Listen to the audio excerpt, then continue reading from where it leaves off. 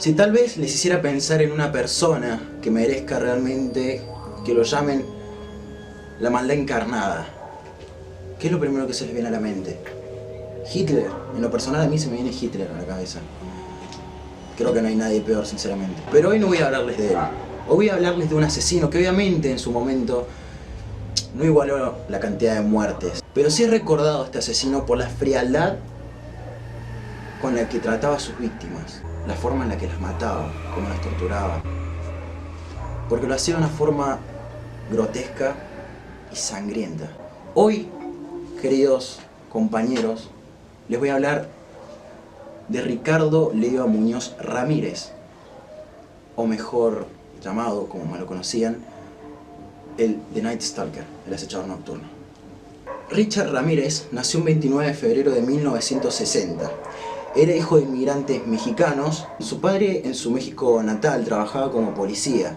Al ir a vivir a Estados Unidos empezó a trabajar como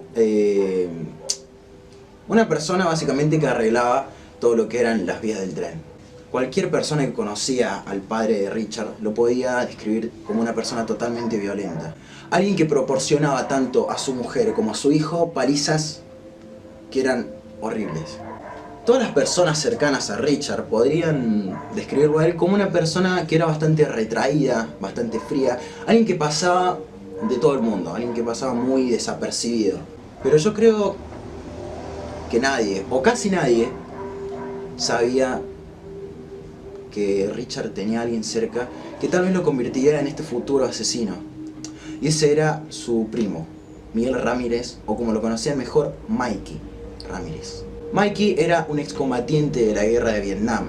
Como todos saben, o probablemente todos saben, la guerra de Vietnam fue una de las más violentas. Los soldados estadounidenses cometían un montón de asesinatos, no por algo, no por una razón aparente. Muchas veces lo hacían por miedo a que los Vietcongs estuvieran al despertar sobre sus gargantas para matarlos. Mikey era alguien condecorado, era un soldado de la guerra de Vietnam condecorado, pero obviamente escondía un pasado horrible, atroz. Él había matado y violado a mujeres. Muchos de los soldados que volvían de esta guerra, de la guerra de Vietnam, volvían totalmente trastornados y algunos obviamente no volvían. Es lógico, algunos morían en el campo de batalla. Y por supuesto, Mikey, era uno de los tantos soldados que estaban trastornados por las secuelas que la guerra les había dejado. Mikey pasaba mucho tiempo con su primo Richard y le contaba cosas que había hecho en Vietnam que no eran buenas para contarle a un chico como Richard, que en ese entonces tenía más o menos 12 años. Le contaba cómo matar, cómo violaba a mujeres, cómo las mataba, les enseñaba a usar un arma, le enseñó distintas técnicas para matar a una persona, cómo torturarla. Todo esto mientras él tenía 12 años. Un chico de 12 años teniendo en mente todas estas atrocidades. Pasado el tiempo, más o menos un año, Richard, que ya era un consumidor habitual de marihuana, estaba fumando junto con su primo. Y en ese entonces, mientras tenían las charlas de siempre, obviamente contándole sobre las cosas que Mikey hacía en Vietnam, salió la esposa de Mikey a reprocharle de una forma bastante vehemente, diría yo, el trato que él estaba teniendo con su primo. A Mikey no le gustaba que le dijeran las cosas de mala manera. No le gustaba que le dijeran cosas que no quería escuchar, y menos que lo hiciera su mujer. Entonces, posterior a eso, fue hasta su habitación y tomó un arma de calibre 38. Se dirigió hacia su esposa y le disparó hasta el cansancio, y obviamente la esposa murió.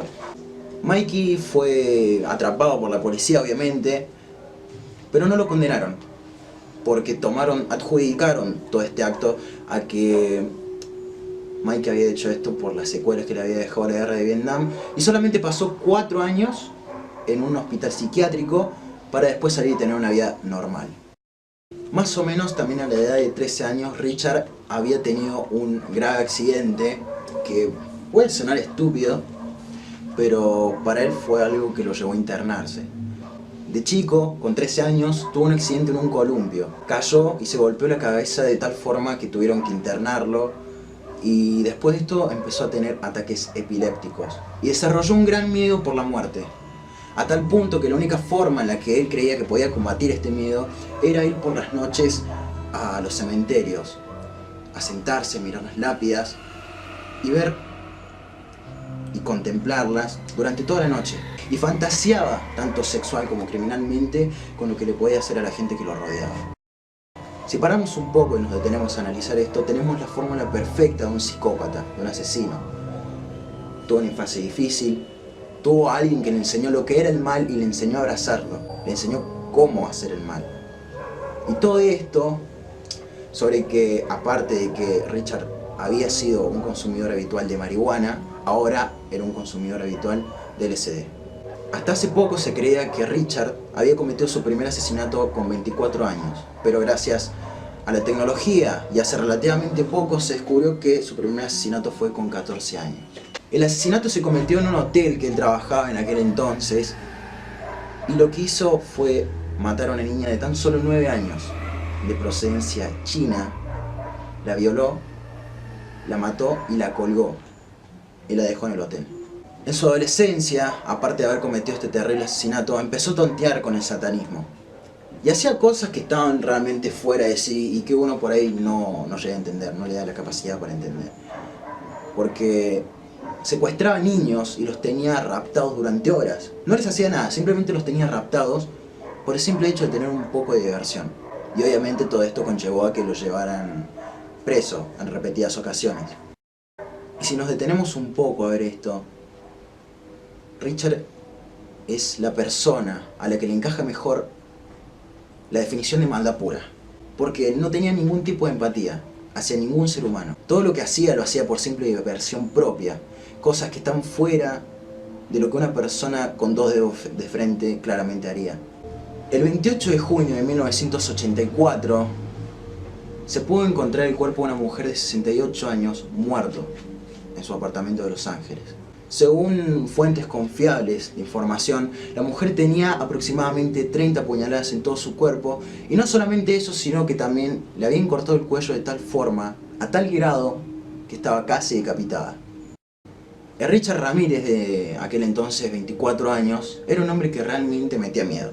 Medía aproximadamente un 85 y realmente igual tenía fans. La mayoría eran mujeres. Tenía unas facciones, era poseedor de unas facciones que para aquel entonces a las mujeres les parecía totalmente atractivo. Tenía unos pómulos muy destacados, un pelo que era hermoso. Pero a pesar de todo esto, Richard no se cuidaba. Tenía los dientes totalmente podridos, por no cepillárselos obviamente, por no mantenerlos limpios y por empezar a consumir todo tipo de droga. Y para este entonces Richard también ya había abrazado el satanismo, totalmente. Él se declaraba satánico. Y esto se había transformado en una afición junto con el heavy metal y el hard rock. De hecho su banda favorita era AC/DC y la canción que lo acompañaba a menudo a cometer los asesinatos era Nightcrawler. Después de este segundo asesinato, la ciudad de Los Ángeles quedó totalmente aterrada. Richard cometía asesinatos todos los días, casi todos los días. Y para la policía era casi imposible dar con él. Según lo que decían ellos en aquel entonces, era como tratar como una bestia, con un animal. Él no tenía un modus operandi. A veces robaba, a veces no lo hacía, a veces violaba, a veces no. Era muy raro como lo hacía. Tenía diferentes formas de matar a sus víctimas cada vez que iba a matar a alguien. No usaba las mismas armas. Sumado a que todos sus asesinatos eran efectuados durante la noche. Y de ahí obviamente su nombre de Night Stalker. Luego de esto Richard empezó a cometer más asesinatos. Un día entró al departamento de una pareja. Richard apenas entró, le disparó al hombre con un revólver de calibre 22 en la cara. A la mujer la agarró del pelo, la tiró al piso, pero la mujer logró zafarse. A lo que Richard volvió a agarrarla y enojado le disparó y la dejó desangrándose en el piso. Después de esto se dirigió hacia la cocina, buscó un cuchillo y la empezó a desfigurar. Y antes de irse, porque no la alcanzó con haberla desfigurado y haberla dejado desangrándose en el piso, la mujer, aún consciente y con vida, le fueron extirpados los ojos. Otro caso fue cuando Richard entró al departamento de una madre y su hijo. Al chico de 11 años lo ató a una silla y empezó a violar a su mamá delante de él durante 2 largas horas. Le dijo a la mujer mientras la violaba que si se atrevía a mirar al chico tan solo una sola vez, iba a arrancar los ojos, tanto a ella como a él. Después de haber terminado de violar a la pobre mujer, ató tanto a esta mujer como a su hijo y se fue sin dejar ni un solo muerto. En agosto de 1985, Richard entró por última vez a la casa de una pareja. Al hombre lo mató y a la chica la violó. Después de haberla violado, le hizo jurar por Satanás que no había ninguna otra cosa material de valor en la casa, y la chica se lo juró. Después de esto, Richard le dijo a la chica que lo único que quería que hiciera fue que le dijera a todo el mundo que el acechador nocturno había estado en ese lugar. Richard se fue, y realmente, si me lo preguntan, yo hubiera matado a la chica. Richard no andaba con la cara cubierta. Richard no tenía el menor cuidado, por lo que al final lo descubrieron y toda esta ola de asesinatos se acabó. Gracias a esta chica que logró reconocer a Richard y lo denunció en la policía. Gracias a ella empezaron a circular por Los Ángeles panfletos con lo que se asemejaba a la cara de Richard Ramírez en aquel entonces.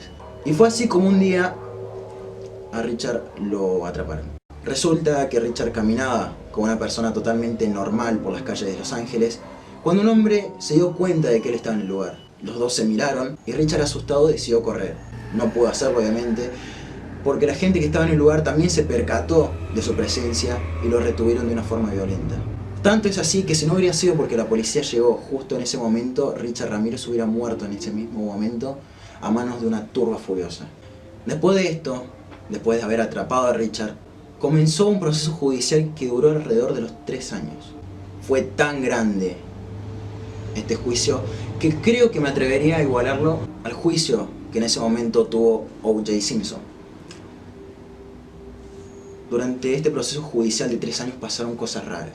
Y una de ellas, sin ir más lejos, fue el asesinato de uno de los miembros del jurado. Le dispararon y los otros miembros del jurado quedaron totalmente aterrados. Pensaron que Richard, a lo mejor por otro medio, había logrado contratar sicarios para que matara a todo el mundo adentro del jurado. Muchos de los miembros del jurado tuvieron que retirarse, los tuvieron que sacar, y a muchos otros tuvieron que hacerles tratamientos psiquiátricos por el miedo que Richard había provocado en ellos. A todo esto, Richard, en el momento de su juicio, se lo notaba violento, satánico, altista, incluso elegante, y un montón de otros adjetivos que se le podrían dar a este personaje. Luego de esto se arregló los dientes de una vez y con su larga melena, con unos pómulos que eran realmente bellos para las mujeres en aquel entonces, y con una sonrisa que podría ser medianamente viable, empezó a recibir cartas de millones de mujeres, de su club de fans, mejor dicho. Recibía cartas a diario que decían que querían conocerlo, que querían tener intimidad con él, que querían casarse con él. Y esto último se logró. Un día, de la nada, Richard se casó con una de las mujeres que conformaba este club de fans. Y si no tengo mala memoria, creo que tuvo una hija, así que no le salió tan mal todo. Y peor aún, tiempo después él fue sentenciado a pena de muerte. ¿Y él lo mataron? No. Por esas cosas de la vida, por retrasos que él estaba haciendo, por sus peticiones, por estrategias legales, al final nunca lo mataron. Murió más o menos a los 53 años, creo, de forma natural, por un linfoma. En la cárcel de San Quintín, que es la cárcel en la que él permaneció hasta el día de su muerte, es totalmente una celebridad. Todo el mundo lo recuerda como lo mejor de lo mejor, obviamente adentro de la cárcel. En fin, ¿qué les pareció esta historia que les conté? Que a propósito, lo recalco por las dudas, es real. Espero que les haya gustado mucho, a mí me gustó mucho relatarla. Y bueno, si les gustó el video, espero que dejen un buen like, que lo compartan para que más gente lo vea y que se suscriban para estar de nuestro lado oscuro. Y no me voy a ir sin antes recordándoles que se queden en la luz. Nunca saben lo que les depara la oscuridad.